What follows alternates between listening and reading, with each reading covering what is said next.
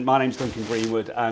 I lead VMware's Digital Workplace transformation and end user experience business in Northern Europe. I'm pleased really today just to, I think, spend sort of probably 20 minutes just explaining what our view on the digital workspace is. I've been quite interested in some of the keynote speeches and discussion that was going on earlier on today, and I saw it as we touched very lightly around digital workplace transformation in the panel discussion earlier. And of course, we have some fairly strong views on the way that this market is evolving. So there's a couple of things that I want to address today, particularly for the audience. By way of explanation, I come from a business background rather than a technology background, so I'm much more used to talking to HR, property directors around what workplace transformation means for them. But today we're addressing the CIO angle of it, and really what is the key challenge for a digital workplace.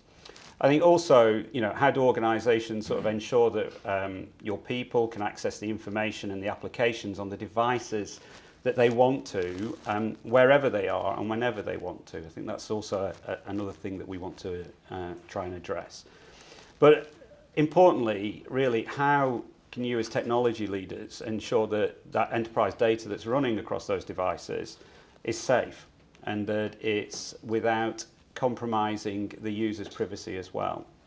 So a couple of things we'll address. How is VMware responding to help CIOs, IT leaders, and the evolution of this within your roles? And the second thing is, how do we help IT just work better and more responsively to what we're seeing from an end user demand? So mobility is transforming the world that we work in. It's a new way for customers to engage. We've just been talking on a more lighter note here about, what does that application economy look like from very young users who need to learn how to flip a bottle and get it to land on its base, because that's the latest craze. If you're 6 years old through to 16, that's what you do with your friends. Right through to how do I work truly in an enterprise way using the applications that I want to use whenever I want to use them. And I think when you look at how business aspirations are changing and what is changing from the digital economy and what that means, and again, I was quite interested in the debate that was going on. I think, when you look at the disruptors, the likes of Uber and Airbnb, who have really just brought an application to market and turned what was a capital-intensive business model on its head, that is the thing that we've sort of got to contend with, but you've got to keep it in perspective. And I think, part of what I was interested in is that discussion this morning, because I think we're still very early days in the journey, and I've seen a couple of the presentations around cloud and where that cloud adoption is. I think, let's not kid ourselves about what the art of the possible is and what the art of what we've got to do is. I think those are the two things that we've got to really focus on. And the interesting aspect for me, I think, is, and you'll learn this through this presentation, I've got a span of children. I've got 5 through to a 20-year-old. My 20-year-old started working for a large financial services organisation a couple of years ago on one of their apprenticeships. But interestingly, she's just changed banks twice in the last 2 years, not from a job point of view, but from a user point of view, primarily through her user experience and the flexibility she found through a different app, through just talking to one of her friends. And that is something that is alien to me, because I've been with my bank for 35 years. So that's the bit that I think is very, very different, and I think that it is part of the contention we've got to deal with. So the combination of business mobility, the combination of the data is enabling that, and it's moving our market, and that's great, but really, what are we contending with? I think from our experience, the research that we do, particularly from our heritage, which is AirWatch on the mobile side, at VMware, we've integrated the AirWatch business now fully into our business, and part of what we're going to be talking about is how we've actually brought that together, developed out our identity management practice, and how we actually develop a capability that we see great uptake in the market for.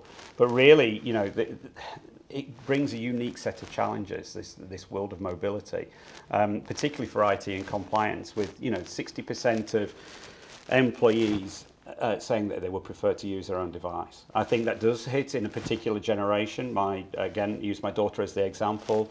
As she was onboarding with the bank that she was with, her first 2 days of getting with the technology group was about what she couldn't do.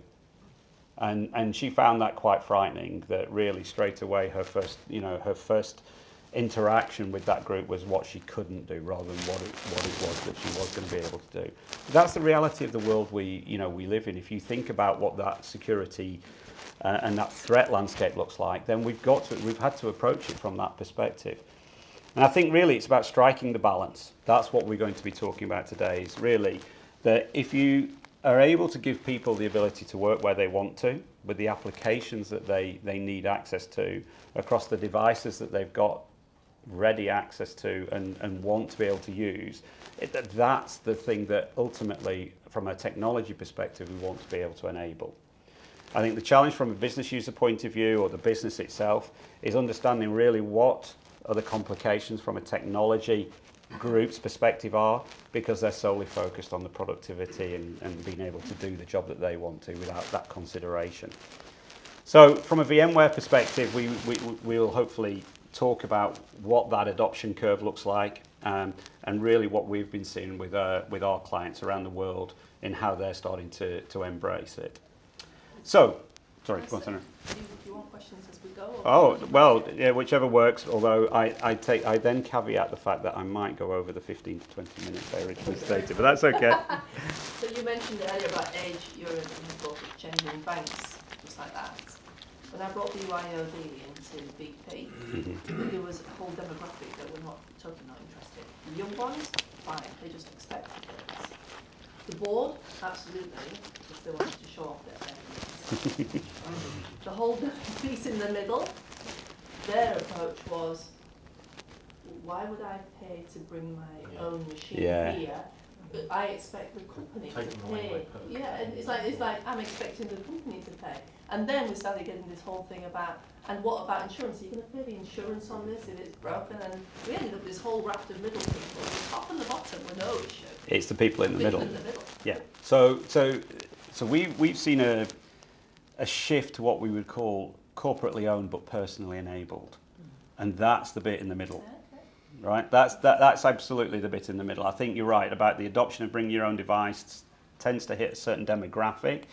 It also will, I think, and when you talk about demographic, I think I get very wary of getting into the sort of millennial conversation, because it's not just millennials. We see that, we see people wanting to push the boundaries at all levels through organisations. But I think where you've got probably the steady worker environment, that's the environment who want corporately owned but personally enabled, and that's the shift that we're starting to see. And we'll talk about that a little bit more in the next slide. But I think really, it's the challenge now, which is, I think from a technology group, that community is getting more diverse, but it's more critical to be able to give them what they want when they want it, and that's part of what we're trying to address from the challenge perspective.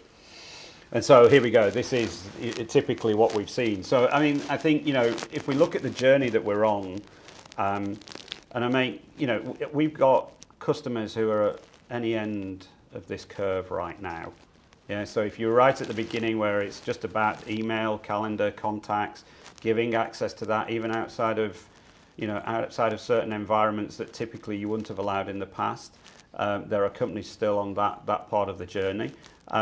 Right through to the other end where it's full access of the enterprise application stack, wherever you want, whenever you want. And again, knowing your business and what risk you're prepared to take is really important. And I'll give you an example of that. I was with Accenture and their digital workplace transformation practice just last week. And the interesting thing, of course, my conversation with Accenture is about a partnership. It's not about them buying anything from me right now. But interestingly, as we got into the discussion of what they've done to enable their organisation to be fully digitally enabled and what they can do, it was just very interesting that through a 2-hour conversation, there were some very uncomfortable moments about where they think they are on their journey. So we use this particular example because The reality is that there becomes a tipping point. There's a tipping point where actually being, in a full digital workplace becomes absolutely the right place to be. The challenge is that you've got to be able to understand the value, and that's something I think that a company like Accenture or Deloitte, who we're also working with, fully understand. They get where the productivity gains come from. And some of and I'll give you the example that we were talking to them about. We have a large insurer within my region, not necessarily in the UK, so it's just within my region. I'll leave it there. And we started the journey with the Chief Operating Officer, not with the CIO. And the reason we started that journey with him was that he was quite interested in why he had AirWatch installed on his machine. He wanted somebody to come and explain it. So we went and had the conversation really around what enterprise mobility meant. But we asked him what he thought his biggest challenges were. And he had three real challenges, the things that he was really concerned about. The first one was the demographic of the people he was hiring. So he was really concerned that at the final stage of recruitment process, they were losing 60% of the candidates they wanted to hire. The second thing was that the business was expanding. They've gone through some real transformation and are accelerating their growth. And the second biggest concern he had was, where was he going to put these people? So the property that they own, the desk space, the actual space for those employees, he doesn't have the place for them to go. So how were you going to enable a more flexible type of working policy? How was he going to be able to give them access to the information that they really needed to do their jobs? And the third thing was the security of all of this. So if you look at the challenge overall, how was he going to be able to secure it? And how was he going to be able to drive the productivity that he wanted to be able to drive out of the workforce that he's got, in a way that meant that he didn't put his business at great risk. And so it's just a really interesting approach for us to come from, because we focused on the productivity with Accenture's help. They've done a very, very good job of understanding what their sort of three particular use cases. They understand what those use cases look like today, and they understand what the productivity improvement would be from that person if they were able to do their work somewhere other than not even on a laptop, but from a fixed machine, because that was their current status. So this is the point about this journey that we're on. There is a tipping point where the value increases exponentially by enabling people to go off and do what they need to do. The challenge is today, from an IT perspective, we manage things in a siloed way. I mean, this obviously is quite a general statement, but it is typically what we see within the organisations that we engage with, whether you're looking at it from a mobility management, a desktop perspective, remote applications or identity. These things are all managed by different groups. And so really our new paradigm, or what we describe as our new paradigm, really is something we call Workspace ONE. And it's about shifting from silos to actually managing one digital workplace. And I think really the example that is probably the best example I could give you is about 12 months ago, VMware shifted everybody to this way of working. So the first customer that we actually went to market with was ourselves.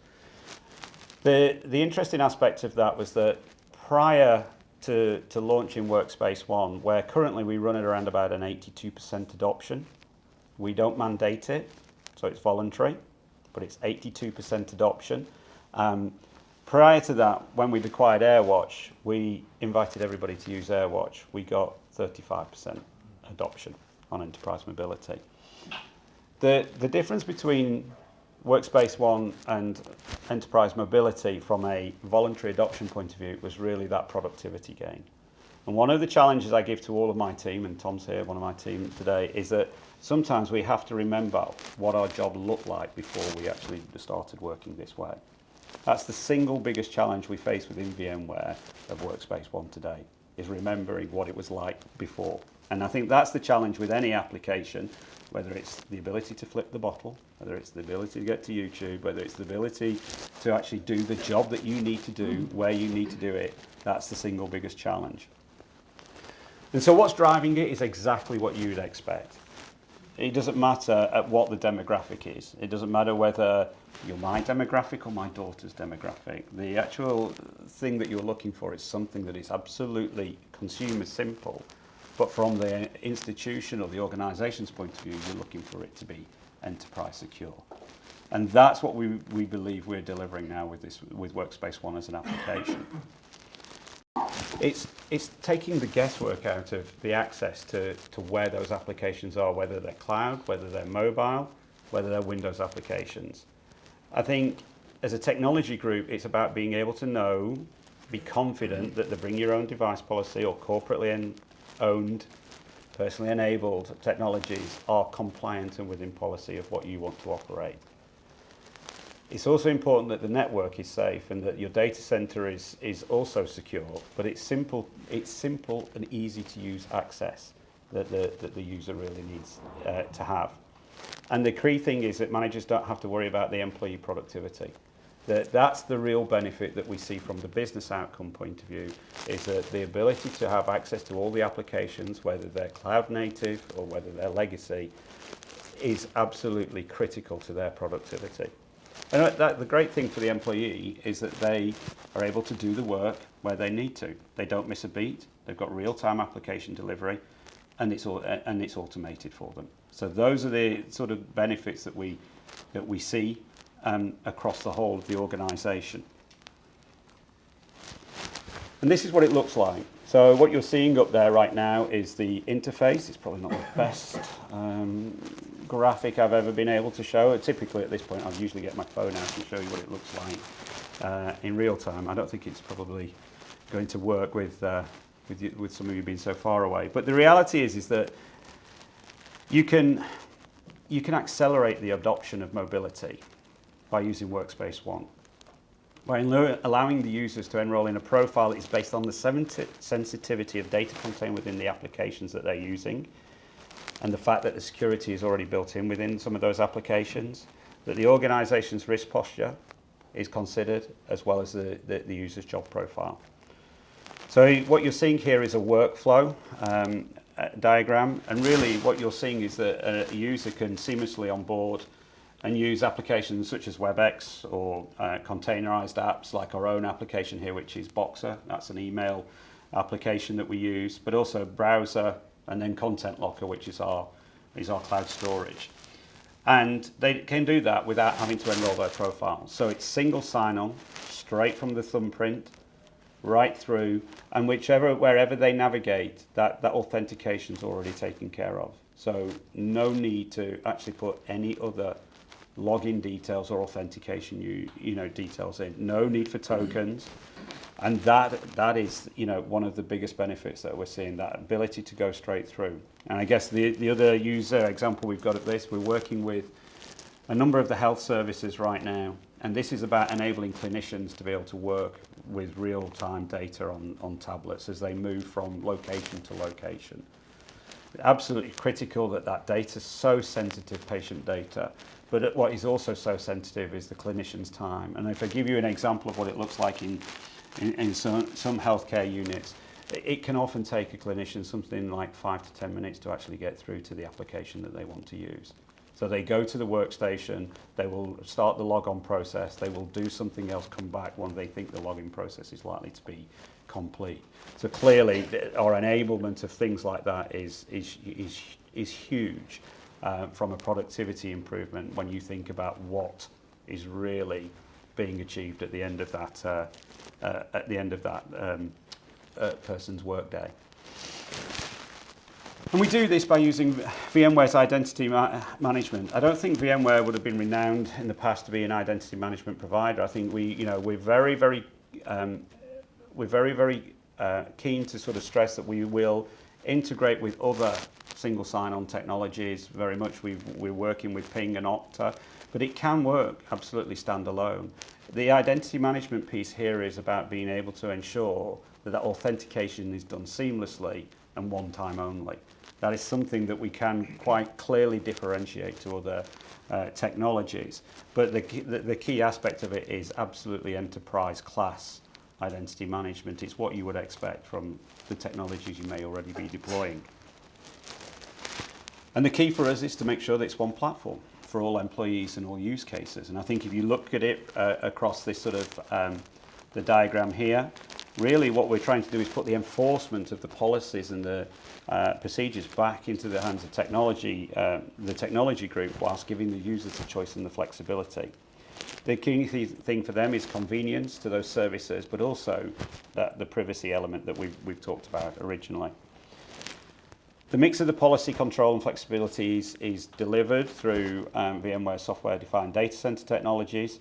And really what we're finding is that the hybrid cloud is providing the platform for us to be able to deliver Workspace ONE. So the applications within the suite, I talked a little bit about Boxer and Content Locker earlier. I think we're modular on this. The key thing is using the Workspace ONE application, which is up here. This is where the integration of identity and access management, this to me is really where, from an early adoption point of view, we tend to find users really embrace this type of technology. So it's the application, the fact that it looks like an application, that it is seamless between your mobile device, your tablet, or your laptop, and then it gives you access to the other capabilities here. So Boxer is an integrated email and calendar and contacts application. The interesting thing I've got is I've got a fairly large sales team across Northern Europe. The ability to actually just get all the dates of availability from an email rather than having to go to the calendar is the single biggest advantage that they tell me they get from using Boxer. So it's quite cool technology. I'm very open about this. I think, again, it's certain demographics tend to want to use these types of technologies. It's not for everybody. And if you've got an assistant, then you don't need it. So then it's, that's the reality of the situation. The browser is again, securing access and being able to apply that policy so you know where people are going and being able to make sure that you stop them going where you don't want them to go. And then Content Locker is our cloud-based storage that, again, people using to deliver applications up there. So conditional access is critical because even the best employees can unknowingly put security at risk with the devices. And Workspace, the conditional access we deliver through Workspace ONE gives you, the technologist, the ability to decide which types of risk that you're willing to take. The ability to exclude devices that don't comply, but also being able to watch out for things that are jailbroken or where people are trying to use applications that don't fit your policy, like, dare I say, things like Dropbox, those types of technologies where you're not comfortable with corporate information being stored. So the 4 categories where we deliver and enforce that control, really on the device, at the gateway, to the internal network, from the identity management layer, and also the ability when you're talking to the cloud, but also at the Windows layer, so addressing the policy at that level. I think traditionally there are different tools for managing and the risk and enforcing policy across these control points. What we've built into our systems is the ability to talk across all of those. So that enables that from a technology point of view, a simpler layer of management. And you combine this then with the integration between AirWatch security and then VMware's network virtualization technologies, then really what we're saying is that we're able to deliver from the past where you would have had to go in at either device level VPN, where obviously you were giving that device access to the full data center, or the next level down, which was one application but still full access to the data center, right through to microsegmentation, which is the real benefit of network virtualization. That application only having access to where it needs to have access to. That gives you that extra degree of security, and dependent on the use case as to where you would use that, fits in within the risk and policy of your organization. So I'm just going to show you a short video because I think this encapsulates exactly what we're trying to deliver, both from a technology aspect but also the business aspect, and then I will open it up to any other questions that you might have. What is the Digital Workspace? It's a single environment for accessing any application or service across all our devices, wherever we happen to work. but the opportunities are even greater. The digital workspace is transforming entire industries, connecting us with information and each other in ways that were never before possible.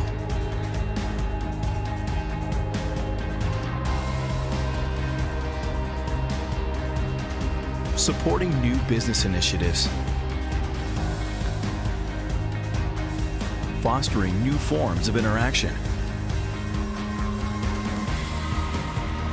streamlining operations,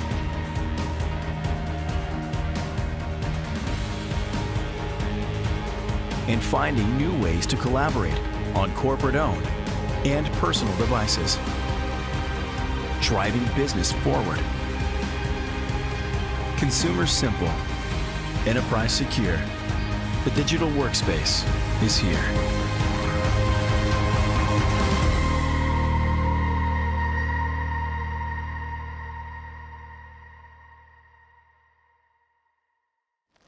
Okay, so in summary, what we wanted to address was how do we help technology, CIOs and technology groups deliver what the end user really needs within today's world of mobility and the applications that they want to use, where they want to use them. Hopefully we've addressed some of the challenges. I mean, it's a fairly high level in 20 minutes, but you know, the key thing I would say is that we've got a number of both, I'd say, large and small customers adopting this technology through some of the largest insurance companies, healthcare institutions across in the US, but also in Europe. It is, you know, we're seeing vast sort of movement because organizations are wanting to give their users what they need, where they need it. Thank you very much for listening.